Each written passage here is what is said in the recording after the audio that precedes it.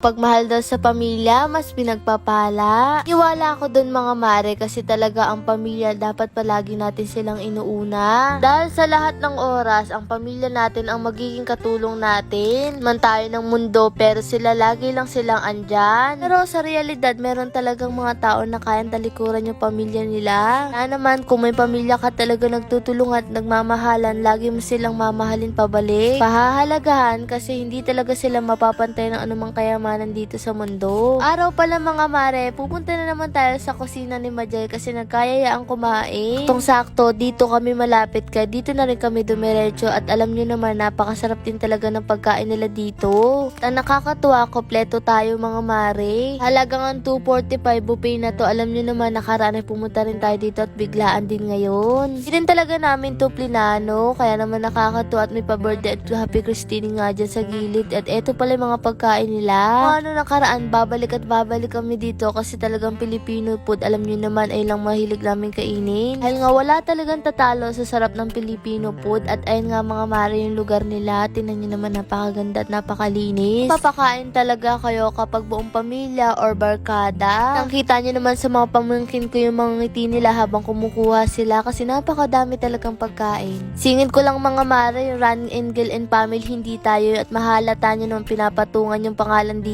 Ginagawa niya yung 1M follower, lalagyan niya ng pangalan na Ran and Gil and Family, hindi po tayo yun. At kaya may mga ganun tao, gusto umangat pero hindi sa tamang proseso. Kaya naman, alam ko mapapanood mo to kasi ni-edit mo to pero gusto kong sabihin sa'yo, paglalaanan ka namin talaga ng oras para ma-detect kung sino ka. Sana lang wag mo pagsisihan yung pagkukuha sa amin ng mga video kasi napakaraming kinukuha. Kaya lang naman sana gamitin pero grabe, pati pangalan na mismo namin ay naalis mo para ikaw yung maging legit. Talagang ititrace ka namin para malaman kung sino ka. Kaya naman, enjoy mo na yung pagkukuha ng mga video namin. Ran and Galen Family yung pangalan niya mga mare at marami na rin talagang nagsasabi sa amin. Kaya sasapresahin ka na lang namin at abangan mo yun. Kaya eto mga mare, kumukuha na nga rin ako ng pagkain. Talagang gutom na rin kami mga mare kasi halos maghapon wala kaming kain yan. At talagang sulit na sulit tayo ngayong araw. Tapos marami pa tayo kaya masarap kumain. Yung mga nababasa ako na nagalit bakit daw dumadami mga kamag-anak namin. Pero sa totoo lang mga mare, nung walang-wala pa kami, kasama na talaga namin sila sa pangarap namin matulungan. Hindi namin sila kayang iwan. Kasi talaga ipinangako namin sa Diyos na kapag nagkaroon kami, talagang isi-share namin sa mga kamag-anak namin. Kung sobra-sobra na, magbabahagi din kami sa ibang tao na katulad namin noon. Pero sana po, bigyan nyo pa po kami ng napakahabang panahon dahil nagsisimula pa lang naman po tayo. Nung buwan pa lang naman po mula na nag-boom yung page natin. Baga, ngayon pa lang tayo nagsisimula. Buwan pa lang naman pero siguro kapag 3 taon na dun, pwede nyo na kaming i-bash. So, kung bakit, wala pa rin nangyayari sa buhay namin. Pero ngayon kasi 3 buwan pa lang. Kaya sana po maintindihan nyo at eto nga kumuha pa nga ulit ako kasi sobrang sarap talaga ng pagkain dito. Kapag nga may birthday ka, pwede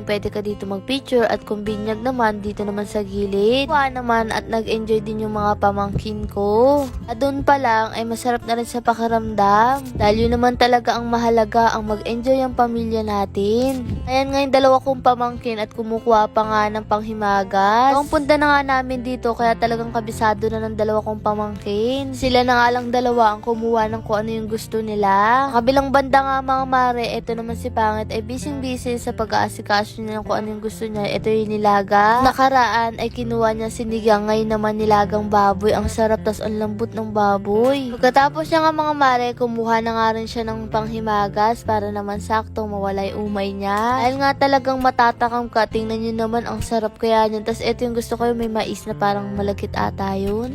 At ayun nga, tamang kain pa rin ako mga mare at nahuli nga ako dyan. Kala ko di pa sila tapos na pala. Enjoy din kasi talaga ako sa pagkain kaya talagang nahuli ako. At ayun nga si Pangit, nag-e-enjoy naman sa kanyang panghimagas o tingnan nyo na maitsura niya. Katapos nga namin kumain, nag-picture lang kami at maraming salamat po muli sa kusina ni Majay. Kami po yung pagtanggap nyo sa amin at eto nga, lalabas kaming mingiti sa labi at kumakaway pa nga ako. Inyo naman kami o may pagkaway pa nga at eto nga si Mama. Maraming salamat po sa blessing na natatanggap namin. Paano ba yun mga mare? Bukas ulit!